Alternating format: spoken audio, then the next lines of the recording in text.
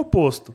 E aí, tempos depois, eu falei assim, pô, vamos estruturar tudo num site, organizar mais o conteúdo, porque o pessoal falava assim, pô, eu vi uma postagem muito boa que você fez, por exemplo, refutando aquele site lá sobre a fraude do século, que tentava negar a ida do homem à lua.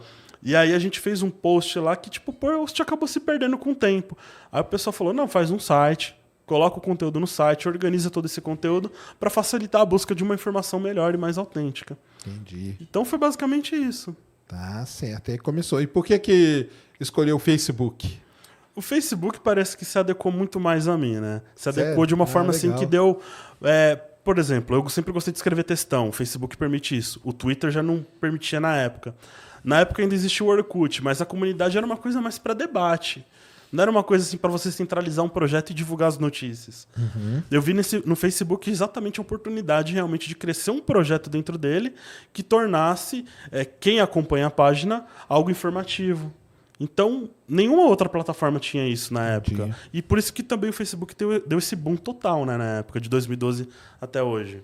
E engraçado, né, cara? Porque a gente fala assim, né, que o período vamos dizer, da divulgação escrita, que era por blog e tal, o auge foi ali em 2008, 2009, né? Quando o YouTube surge com uma, vamos dizer, quando você começa a ter capacidade, né, de postar vídeos e tal, os blogs começam a dar uma caída ali em 2010, né? E engraçado que o Facebook, isso é uma coisa até legal da gente falar, né? Porque muita gente fala que o Facebook morreu, né?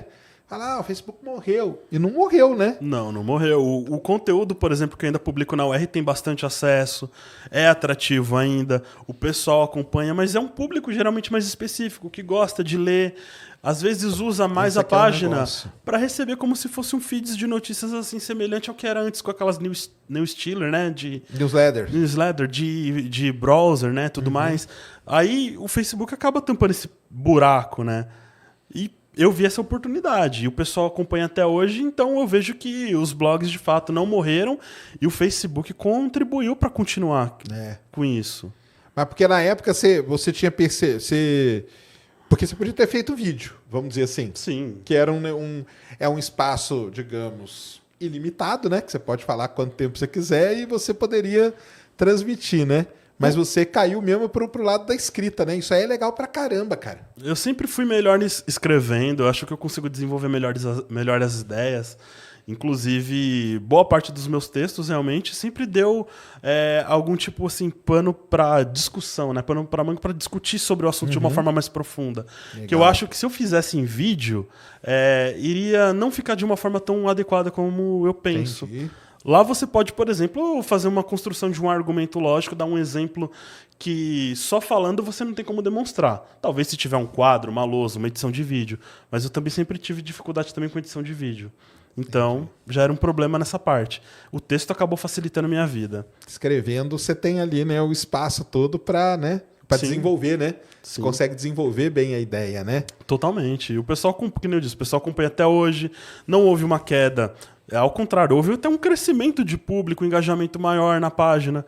Então, de fato, o Facebook, na minha opinião, não morreu, está longe de morrer. E o público costuma acompanhar esse tipo de conteúdo, né, de blog. Não é apenas com o universo nacionalista, né? Ainda tem outros sites, principalmente lá de fora, que costumam ser bem lidos, bem vistos, a Science mesmo. Então, isso que a gente estava até falando aqui, né, que é uma coisa, parece que meio cultural, né, cara? Porque nos Estados Unidos tem grandes sites, como o Folklore Science lá que você falou, que eles não têm canal, não tem, e é baseado em site, né? Tudo deles é, vamos dizer, escrita, né? Linguagem escrita ali, e tem acesso pra caramba e tudo, né? Então, às vezes, é até uma coisa minha mesmo, talvez errado da minha parte também, que às vezes eu falo isso, que tem muita gente que acabou, hoje ainda mais, né? Que a gente tá nessa linha, uma coisa é o vídeo.